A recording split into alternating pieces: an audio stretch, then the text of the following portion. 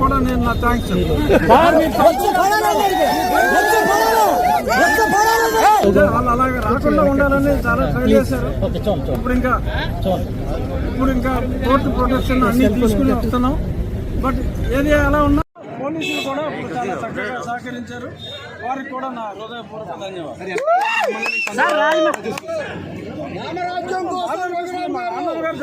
కూడా మంచి రోజులు వస్తున్నాయి. డెఫినెట్ గా ప్రజలందరికీ కూడా రాబోయే మంచి రోజులు వస్తాయి. ధన్యమైనట్టు అనిపించింది.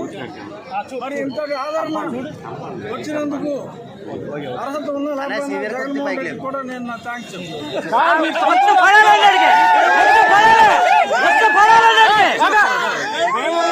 జరిగింది.